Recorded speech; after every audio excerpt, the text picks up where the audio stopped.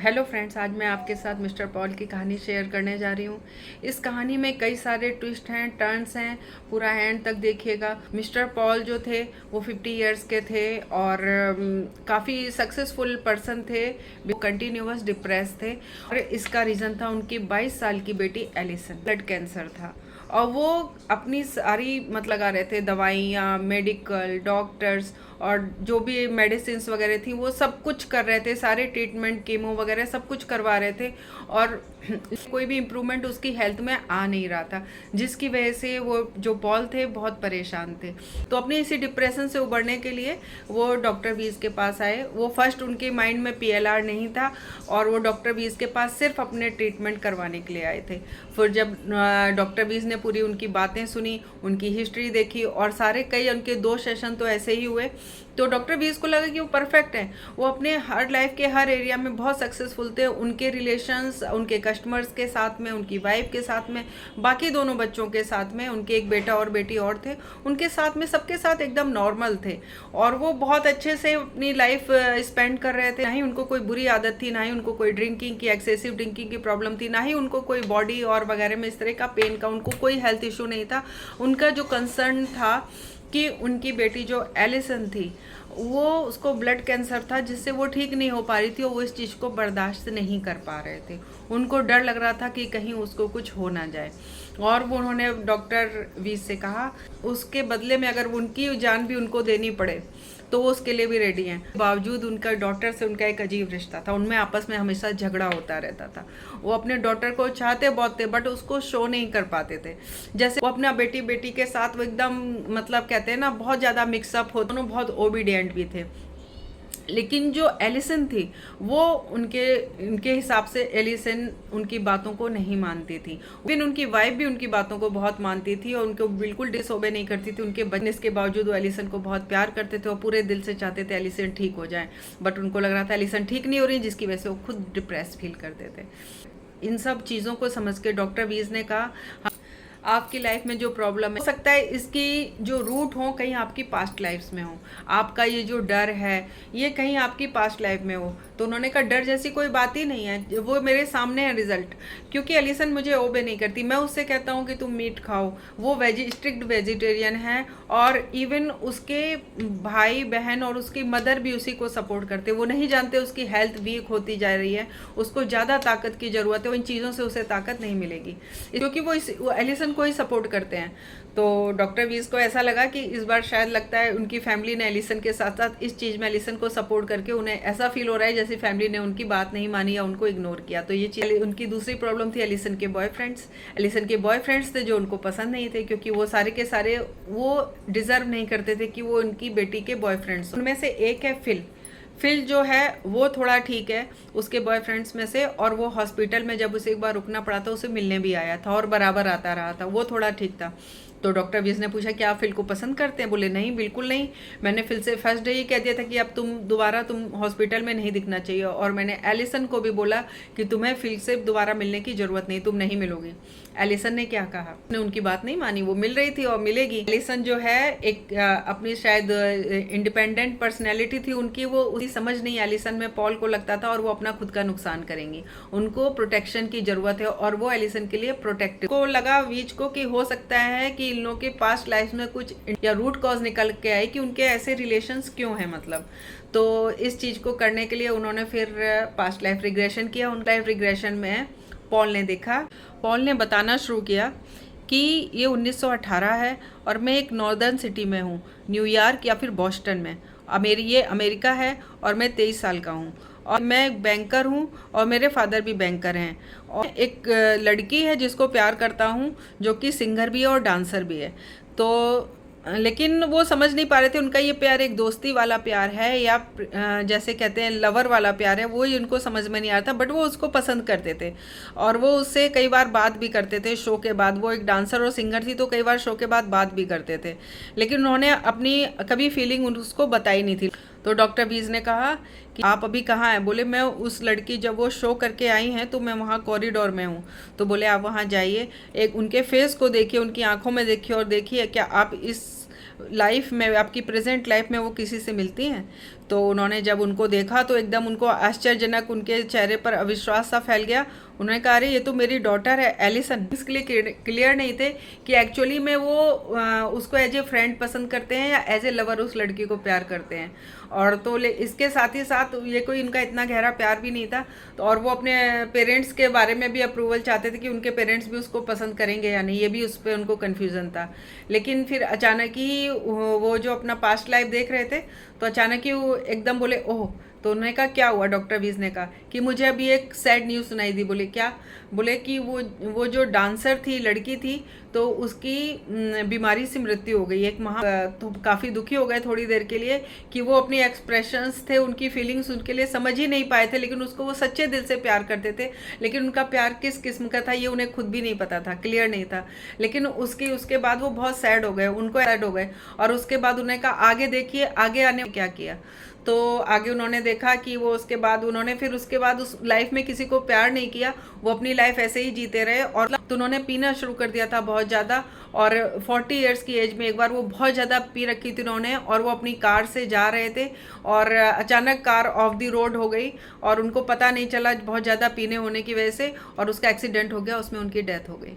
First regression बहुत उनका confusing था, उसमें ऐसा कुछ खास निकल के आ नहीं पाया था। हाँ, ये बात इस्टेब्लिश हो गई थी कि वो एलिसन को अपनी पास्ट लाइफ से जानते थे। डॉक्टर वीज ने सेकंड रिग्रेशन किया, और सेकंड रिग्रेशन में उन्होंने तो एक 19th सेंचुरी में एक मछुआरे फिशरमैन की वाइफ के रूप में देखा, और जो कि न्यू इंग्लैंड में थी। न्यू इंग्लैंड को देखना शुरू किया तो उन्होंने बताना शुरू किया कि वो वहाँ समुद्र के किनारे कोस्ट पर वो एक मछुआरे की पूरी उनकी जो वो है कम्युनिटी है, पूरा उनकी कॉलोनी है, वहाँ रहते हैं। उन्होंने अपने आप को उस लाइफ में बेहद खुश देखा। जो पति थे, उनके हस्बैंड थे, वो मछुआरों के साथ में बोट से जो है मछलियाँ पकड़ने जाया करते थे समुद्र में, तो बोट से मछलियाँ पकड़ने समुद्र में गए हुए हैं। डॉक्टर वीज ने कहा, आगे बढ़िए और अपनी जीवन की महत्वपूर्ण घटना की ओर जाइए। तो जब उन्होंने देखा कि अचानक उन्होंने बहुत एंजाइटी हुई, उनको बहुत डिप्रेशन हुआ, उन्होंने एकदम चीखना शुरू कर दिया कि वो वापस नहीं आएगा, वो वापस नहीं आएगा। तो डॉक्टर वीज ने पूछा, कौन वापस नहीं आएगा? उन्होंने फिर कहा, वो इस बार वापस नहीं आएगा। कौन वापस नहीं आएगा? डॉक्टर वीज ने पूछा। बोला, मेरा हस्बैंड, मेरा पति इस बार वापस नहीं आएगा। बोले, क्यों वापस नहीं आएंगे? बोले, वो कई महीनों के लिए ट्रिप पर जाते हैं और मछुआरों के साथ में वो पूरी नाव लेकर जाते हैं, लेकिन हर बार वो तो डॉक्टर वीज ने पूछा, हर बार वो वापस आ जाते हैं? बोले, हाँ, हर बार वापस आते हैं, लेकिन इस बार मुझे पूरा विश्वास है कि वो वापस नहीं आएंगे। बोले, हर बार जब वो जाते हैं तो आप क्या करती? बोले, हर बार मुझे बहुत डर लगता है उनके कि वो वापस आएंगे या नहीं, लेकिन इस बार मुझे नहीं लगता कि वो वापस आएंगे।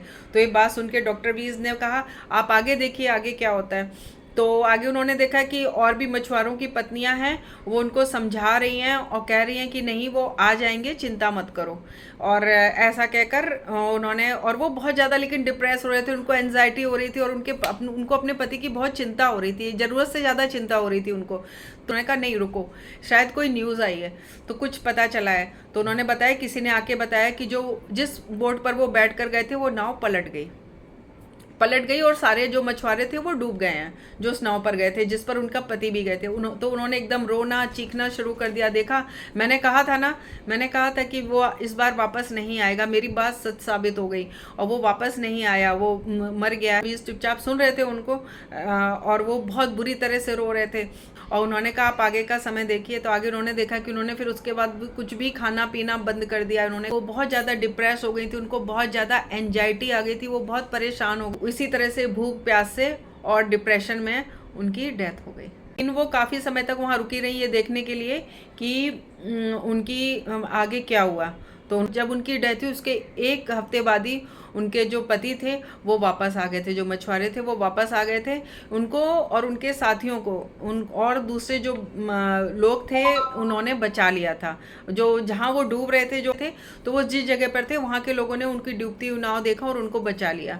और वो एक जो किसान थे, एक फार्मर थे, उनकी हट्स मरी, उन्होंने रेस्ट किया और काफ़ी डूब के उनकी तबीयत वगैरह ख़राब हो गई थी। तो जब तक वो ठीक हो जाते जब तक के लिए उन्होंने रेस्ट किया और फिर वापस आए।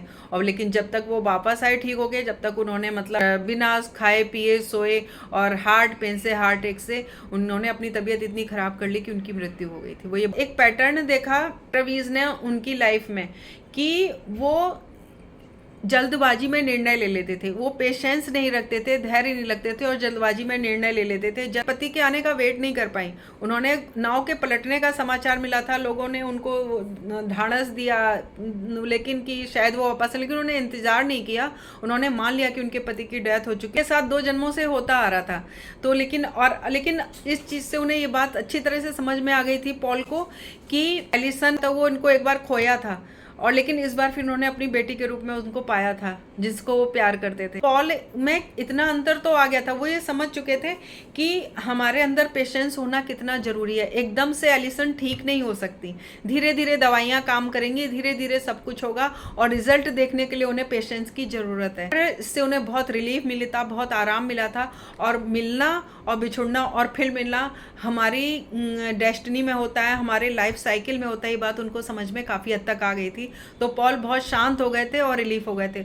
और में 2 चेंज और आए थे कि उन्होंने जो एलिसन के जो फ्रेंड थे, उन्होंने उनको जो है परमिशन दे दी कि वो हॉस्पिटल में आ सकते हैं, उनसे मिल सकते हैं। और इस बात से एलिसन बेहद खुश थी और एलिसन को देख के पॉल भी बहुत खुश थे कि उनकी बेटी खुश। पहली बार पॉल फिर एलिसन को गए, उन्होंने एलिसन को हग किया और बोला बेटा आई लव यू। तो एलिसन बहुत खुश हुई कि उनके फादर ने उनको पहली बार इतने प्यार से हग किया था। एलिसन ने भी उनको बोला I love you dad. Phil को भी गले लगाया। लेकिन फादर का वो नेचुरल लव मिला जो कि उनके और बच्चों को मिलता था। उनके फादर ने उनके ऊपर बहुत ज़्यादा कंट्रोल करना बंद कर दिया था और उन्होंने फिल को परमिशन दे दी कि फिल आ जा सकते थे। तो अपने बॉयफ्रेंड के लिए अपने फादर में एक्सेप्टेंस देखकर उनको बहुत खुशी हुई और अपने बॉयफ्रेंड का प्यार पाकर, अपने फादर का प्यार पाके बाकी फैमिली मेम्बर तो उनको प्यार करते थे। तो एलिसन बहुत ज़्यादा खुश थी, जिसकी वजह से उनका इम्यून सिस्टम अच्छा बूस्ट कर रहा था और उनकी कंडीशन जो है सुधरने लगी थी। वो मेडिकल की ट्रीटमेंट ले रही थी, सारी ट्रीटमेंट्स ले रही थी, मेडिसिन ले रही थी, लेकिन एक होलिस्टिक अप्रोच हो गई से सुधार आ रहा था। तो पॉल इस बात से बहुत उत्साहित थे अपनी बेटी में सुधार देख के। तो वो 2 हफ्तों के बाद 3rd रिग्रेशन के लिए आए। रिग्रेशन स्टार्ट हुआ तो बड़ी इजीली स्मूथली पॉल जो है हिप्नोटाइज हो गए और हिप्नोन की अवस्था में जाते ही उन्होंने देखा खुद को इंडिया में। कई 100 सदियों पहले की थी। पॉल ने उसमें खुद को देखा कि वो एक लोअर कास्ट लड़की हैं, लोअर कास्ट गर्ल हैं और एलिसन पॉल की बहुत क्लोज फ्रेंड है, यानी दोनों सहेलियां हैं। वो इतनी एक दूसरे के करीब हैं जैसे कि कोई सिस्टर हो, बल्कि दोनों एक दूसरे के लिए बहनों से भी बढ़कर हैं।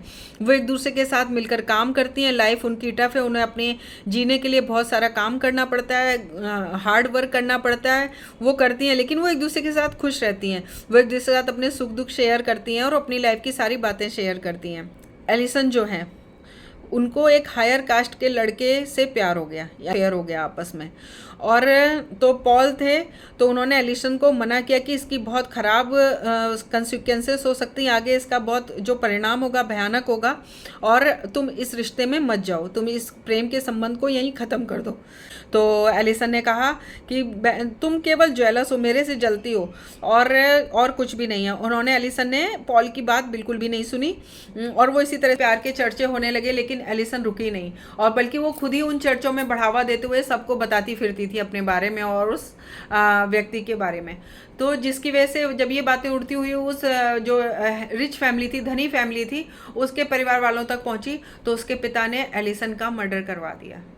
जिस बात से जब उनकी बहन सरीकी सहेली का मर्डर हो गया, इस बात से पॉल को बहुत दुख पहुंचा, लेकिन वो इस हालत इस कंडीशन में थे, कुछ कर नहीं सकते थे, वो बहुत गरीब थे, तो वो चुप रह गई। लेकिन उनको अपनी सहेली के जाने का बहुत दुख था और साथ ही इस बात की बहुत कड़वाहट भी थी कि उन्होंने उनकी जो फ्रेंड थी उन्होंने उनकी बात नहीं मानी, उनकी सहेली ने उनकी बात नहीं मानी, जिसकी वजह से उसका हत्या हो गई। मतलब उनको एलिसन पर भी गुस्सा था। वो एलिसन की सुरक्षा करना चाहते थे, अपनी सहेली की सुरक्षा करना चाहते थे पॉल उस जन्म में, लेकिन एलिसन ने उनकी बात नहीं मानी। और उनको उस आदमी पर भी गुस्सा था, उस रिच धनी सोसाइटी पर भी, समाज पर भी गुस्सा था, जिन्होंने की सखी थी उनको सिर्फ एक प्यार करने के अपराध में और उसको मार डाला, उनका मर्डर, उनकी हत्या करवा दी। तो फिर बाकी की पूरी लाइफ उन्होंने बहुत गुस्से में, चिड़चिड़ाहट में और बदले में गुजारी। जो भी उनकी लाइफ गुजरी थी इसी तरह की कड़वाहट के साथ उन्होंने अपनी लाइफ गुजारी। उन्होंने नफरत की धनी लोगों से, उन्होंने नफरत की प्रेम में पड़ने से, और वो खुद कभी भी किसी के प्यार में नहीं पड़ी। और फिर उसके बाद अपनी उम्र जीकर उनकी मृत्यु हो गई। तो इस तरह की जो ये सारी घटनाएं हुई थी ना, उससे पॉल को ये समझ में आया और डॉक्टर बीज ने भी उनको यही समझाया कि उन्होंने अपनी तीनों लाइफ में उनको कोई लेसन नहीं सीखा। उन्होंने फर्स्ट लाइफ में भी ये लेसन नहीं सीखा कि अगर एक प्यार होता है जो उन्होंने एक डर पाल लिया कि प्यार, मैं जिसको भी प्यार करूँगा, उनकी अंदर एक डर बैठ गया कि अगर मैंने किसी को कहा मैं तुम्हें प्यार करता हूँ या मैं किसी को प्यार करूँगा तो वो प्यार उनसे छिन जाएगा, जिसकी वजह से उन्होंने अपने आप को प्यार से और इस तरह की चीज़ों से दूर कर लिया। कि दूसरे लेसन थे जैसे कि धैर्य ना रखना, चीज़ों को ना समझना, चीज़ों का इंतजार ना करना और बड़ी जल्दी किसी भी निर्णय पे पहुंच जाना, जल्दी ही निर्णय पे पहुंच जाना कि जैसे उनके पति की डेथ हो गई है। जब एलिसन उनकी बहन सरीखी सहेली बनी थी तो उसमें उन्होंने ये नहीं समझा कि इसमें एलिसन को उन्होंने जो समझाया था वो एलिसन को समझ में नहीं आया, तो उन्होंने एलिसन के लिए भी गुस्सा पाल लिया था। और वो समाज जो था उनका, उन्होंने उस समय की परिस्थितियों को, सिचुएशन को नहीं समझा। चीज़ों को समझना, परिस्थितियों को समझना, धैर्य रखना बहुत जरूरी है। लेसन भी लिया था कि उनको धैर्य रखकर उनका ट्रीटमेंट करवाना पड़ेगा, उनको सपोर्ट पूरा करना पड़ेगा और हो सकता है एलिसन ठीक हो जाए, क्योंकि उन्हें अपनी हर लाइफ में एलिसन को किसी न किसी रूप में खोया था। और इस बार जब डॉटर के रूप में उसे प्यार बहुत करते थे, लेकिन उन्होंने उससे कहा नहीं कि मैं तुम्हें प्यार करता हूँ। कहीं ना कहीं उनका जो पास्ट लाइफ की एक्सपीरियंस है वो उन्हें ऐसा कहने से रोकते थे। और साथ ही साथ में, और लेकिन उनका जब उन्होंने अपनी डॉटर को इतने खुले दिल से एकदम एक्सेप्ट किया और अपने प्यार को एक्सेप्ट किया, और साथ में फिल का जो सपोर्ट था और साथ ही साथ मेडिसिन्स थी, तो जिसकी वजह से एलिसन की रिकवरी बहुत स्पीडी दर से, कहते हैं ना, बहुत तेज़ी से उसकी रिकवरी हो रही थी एलिसन की। उनकी तबीयत में काफ़ी सुधार आ रहा था और जिसकी वजह से पॉल बहुत खुश थे। जब पॉल ने डॉक्टर वीज़ को ये बात बताई तो डॉक्टर वीज़ ने कहा कि ये सब आपके बिहेवियर में चेंज आने की वजह से हुआ। तो पॉल ने डॉक्टर वीज़ से कहा, लेकिन साथ ही साथ मेडिसिन। डॉक्टर वीज़ ने कहा हाँ मेडिसिन से भी, लेकिन अगर आपका बिहेवियर चेंज नहीं होता और इस तरह से जो कहते हैं ना डुअल सपोर्ट नहीं मिलता उसको, और सपोर्टिव कंडीशन नहीं मिलती जिससे कि उसके इम्यून सिस्टम में बीमारी के अगेंस्ट फाइट होने में जो उनका इम्यून सिस्टम बूस्ट किया, जिसकी वजह से उनकी दवाइयों ने उस पर काम किया। दवाइयाँ तो उनकी पहले भी चल रही थी, लेकिन पहले उनकी तबीयत खराब ही रहती थी, बिल्कुल भी सुधार ही नहीं आ रहा था, जिसकी वजह से पॉल बहुत डिप्रेस थे। लेकिन इस बार दवाइयों के साथ जो एक दृष्टिकोण में चेंज आया उनके, और उनके बिहेवियर में जिसकी वजह से चेंज आया, तो दवाइयों ने भी असर दिखाया, है ना। दवाइयाँ तो जो पॉल ने डॉक्टर वी से कहा, और मेरे अंदर चेंज आपकी वजह से आया, आपके ट्रीटमेंट की वजह से आया। तो 6-7 महीनों में एलिसन की तबीयत काफ़ी ठीक हो गई थी, उनकी हालत में काफ़ी सुधार आ गया था, और पॉल बहुत आशान्वित थे कि उनकी तबीयत सुधरती जाएगी। ऐसा लग रहा था जैसे कैंसर ऑलमोस्ट उनका चला गया है, अब बस वो मेडिसिन के सहारे में और एक वो एक्टिव लाइफ जीने लगी थी। और पॉल ने प्रेजेंट में रहना सीख लिया था, और फ्यूचर में क्या होगा इसकी चिंता करके डर डर के रहने के बजाय, और जिसको आप प्यार करते हैं उसके बारे में बुरा सोच के, इनसिक्योर होकर, असुरक्षित उसके बारे में सोच के, उसको सिक्योर करने के लिए उस पर बंधन लादने के बजाय सही से अपने प्यार को फ्लोरिश करें, एक्सेप्ट करें आप जिसको भी प्यार करते हैं। चीज़ों को जल्दी जज करने से, गलत डिसीजन लेने से क्या होता है हमारी लाइफ में एकदम भयानक मोड़ आते हैं। हमारी अच्छी खासी लाइफ जो आगे सस्टेन कर पाती, आगे और अच्छी तरह चल पाती, वो अचानक डेड एंड पे आ जाती है। तो फ्रेंड्स, फिर मिलते हैं और अच्छी रोमांचक दृष्टिकोण देते हुए एक अच्छी सी कहानी के साथ में, और प्लीज़ देखते रहिए, वॉच, शेयर एंड सब्सक्राइब। नमस्कार।